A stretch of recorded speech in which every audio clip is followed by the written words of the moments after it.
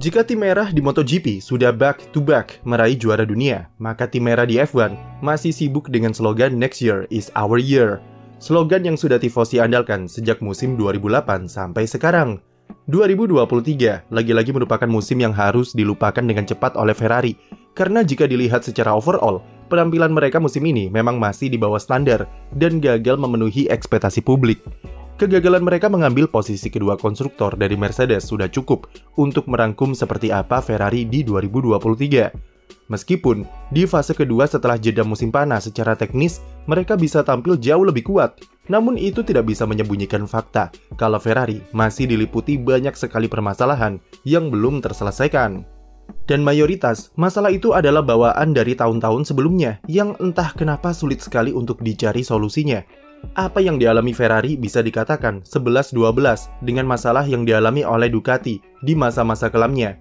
Dua pabrikan besar asal Italia ini memang kerap kali disamakan, terutama sebelum Ducati mulai melakukan revolusi besar-besaran sejak tahun 2015, di mana keduanya alami paceklik prestasi, serta gelar juara dunia pembalapnya sama-sama diraih terakhir kali pada musim 2007. Namun itu dulu, sekarang Ducati sudah bertransformasi menjadi salah satu tim yang sangat dominan di MotoGP, seperti Red Bull di F1 saat ini.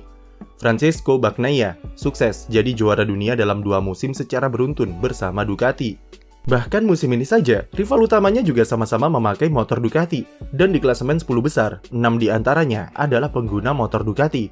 Jika admin adalah Frederick Vasseur, maka admin sudah pasti akan kunjungan kerja ke markas Ducati untuk mencari tahu apa resep mereka untuk bisa bangkit di MotoGP. Lantas, apa saja sebenarnya yang bisa Ferrari pelajari dari transformasi Ducati dalam 1 dekade terakhir? Seperti yang kita tahu di masa lalu, motor Desmosedici dikenal sebagai motor yang kencang di lurusan serta mesin yang powerful.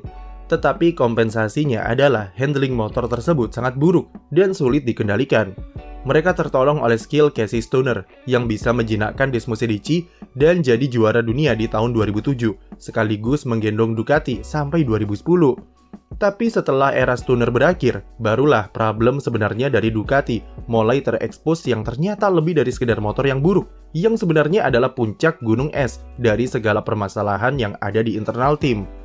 Dari struktur manajemen tim yang tidak jelas, dan adanya hierarki atau kasta di dalam sistem kerja dari kalangan para engineers di tim. Ketidakpercayaan engineer senior dengan engineer muda membuat tim ini kerap kali dilanda perbedaan pendapat dan menghambat progres mereka di tiap balapannya. Belum lagi petinggi-petinggi di dalamnya yang memiliki ego setinggi langit dan tidak mau mengakui jika apa yang mereka lakukan itu salah, serta tidak mau mendengarkan saran dari pihak yang lebih berpengalaman. Selain keras kepala, alur atau sistem kerja mereka masih sangat tradisional, dengan semua hal yang berkaitan dengan performa motor dipusatkan ke sirkuit dan dilakukan langsung di garasi saat race weekend berlangsung. Cara yang sebenarnya juga dilakukan oleh tim-tim lain di masanya, tetapi karena manajemennya yang buruk dan keras kepala, maka itu membuat segalanya menjadi berantakan dan tidak terarah. Lalu apa kesamaannya dengan Ferrari? Mungkin tidak seburuk di Ducati, tapi masalah internal tersebut juga ada di dalam tubuh Ferrari dengan petinggi eksekutifnya yang seringkali campur tangan di dalam tim.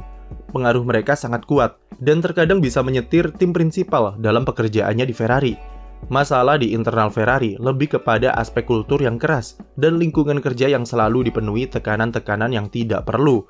Kultur tersebut sudah coba dihilangkan oleh Mattia Binotto dulu, tetapi sayangnya ia terlalu lembut dan dipaksa mengundurkan diri karena tidak sepaham dengan CEO Ferrari yang ingin kesuksesan instan. Kehadiran Frederick Vasseur memberikan secerca harapan, tetapi masalah struktural dan komunikasi tim yang berantakan masih saja terjadi sampai sekarang, seperti sebuah lingkaran setan yang tak berhenti berputar. Kesamaan Ducati dulu dengan krisis di Ferrari adalah alur kerja, sistem struktural, dan komunikasi yang buruk. Itu berdampak pada development mobil yang kurang oke, sampai masalah eksekusi yang jadi PR Ferrari selama ini. Dan masalah tersebut sudah ada di Ferrari selama bertahun-tahun lamanya. Lantas apa yang dilakukan Ducati dan bisa dicontoh oleh Ferrari? Ducati sendiri baru sadar ketika pembalap sekelas Valentino Rossi saja sampai muak dan cuma tahan 2 musim saja di sana. Kekesalan Rossi seperti membuka tabir kalau seperti itulah kebobrokan yang ada di dalam internal Ducati yang bebal dan tidak mau mendengarkan saran atau masukannya terhadap pengembangan motor. Setelah ditinggal Rossi, Ducati barulah menyadari jika merekalah yang perlu muhasabah diri dan melakukan transformasi besar-besaran untuk kembali kompetitif di MotoGP. Ducati memberanikan diri untuk merekrut Luigi atau Gigi Dalicnia, seorang engineer jenius dan karismatik dari Aprilia yang merupakan rival abadinya di Italia pada akhir 2014. Dari sinilah reformasi besar di Ducati dimulai secara perlahan. Hal pertama yang dilakukan oleh Gigi Dalicnia adalah memperbaiki struktur tim dan alur kerja serta kultur komunikasi di dalam tim. Karena inilah hal fundamental yang diperlukan untuk bisa membuat motor yang kompetitif. Ducati jadi tim pertama di MotoGP yang secara langsung menghubungkan alur kerjanya dari sirkuit ke pabrik pusat untuk keperluan analisis data yang lebih mendalam. Selain itu, Dalicnia juga menerapkan sistem manajemen yang terbuka dengan mendengarkan masukan serta saran dari semua pembalap, tidak peduli dari tim pabrikan ataupun dari tim satelit. Orientasinya yang sangat memprioritaskan rider, menciptakan suasana yang sangat kondusif dan konstruktif di dalam tim, serta tentunya punya timbal balik yang bagus untuk development motor yang bisa dikendarai oleh semua pembalap Ducati. Bersama Paolo Sciabatti dan Davide Tardozzi, Dalicnia sukses membuat tim dengan kultur internal yang solid dan saling melengkapi dalam kesuksesan mereka. Pemahaman akan hal basic atau fundamental inilah yang jadi kunci berhasilnya transformasi Ducati dalam 8 tahun terakhir. Dengan fondasi serta struktural dari tim yang sudah ia rombak dan dijalankan dengan benar, maka barulah mereka bisa berbicara soal performa motor yang dibantu dengan inovasi-inovasi aerodinamika yang merupakan kemampuan utama dari Gigi Dalicnia. Jika di F1 ada Adrian Newey, maka di MotoGP ada sosok Dalicnia yang sukses merevolusi tampilan motor di MotoGP menjadi lebih aerodinamis dan dibanjiri dengan teknologi-teknologi baru. Semua aspek tersebut secara perlahan berhasil membuat Ducati kembali kompetitif, dimulai dari musim 2016, di mana mereka meraih kemenangan pertamanya sejak era Casey Stoner dan rentetan runner-up yang diraih oleh Andrea Dovizioso. Lalu sampai kemudian Pecco Bagnaia sukses merengkuh gelar back-to-back-nya dan Ducati menikmati kejayaannya di MotoGP. Dari motor yang paling dibenci, sampai sekarang jadi yang paling diimpikan pembalap dengan deretan motor-motor kompetitifnya di baris depan dan sampai dijuluki sebagai Ducati Cup. Yang bisa ditiru oleh Ferrari adalah bukan dari aspek teknis yang mana F1 memiliki pendekatan yang berbeda dengan MotoGP, melainkan Ferrari harus mengadaptasi cara Gigi Dalicnia dalam merombak struktur, sistem manajemen, serta kultur kerja di dalam timnya. Perlu diketahui kalau mayoritas orang-orang di dalam Ducati saat ini adalah orang yang sama dengan saat mereka mengalami masa kelam atau bahkan sebelum Stoner juara dunia. Tanpa harus banyak mengganti atau memecat orang, Dalicnia bisa mentransformasi tim dalam waktu 3 tahun untuk bisa kembali kompetitif dengan memperbaiki hal-hal fundamental yang tadi kami jelaskan. Inilah yang harus dilakukan Fred Vasseur di Ferrari, yaitu mencari akar permasalahan di dalam fondasi tim dan melakukan perbaikan dari sana. Salah satunya adalah sistem kerja yang tidak dibuat untuk memprioritaskan satu pembalap saja, tetapi semua pembalap harus didengarkan dan menciptakan mobil yang bisa dimaksimalkan oleh kedua pembalapnya.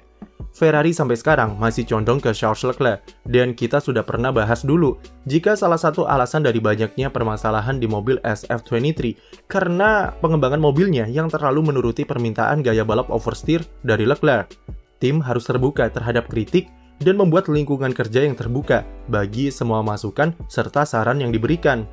Vasseur juga harus merombak alur komunikasi di dalam tim yang sampai sekarang tidak ada perubahan berarti dan masih sering buat kesalahan saat pengambilan keputusan.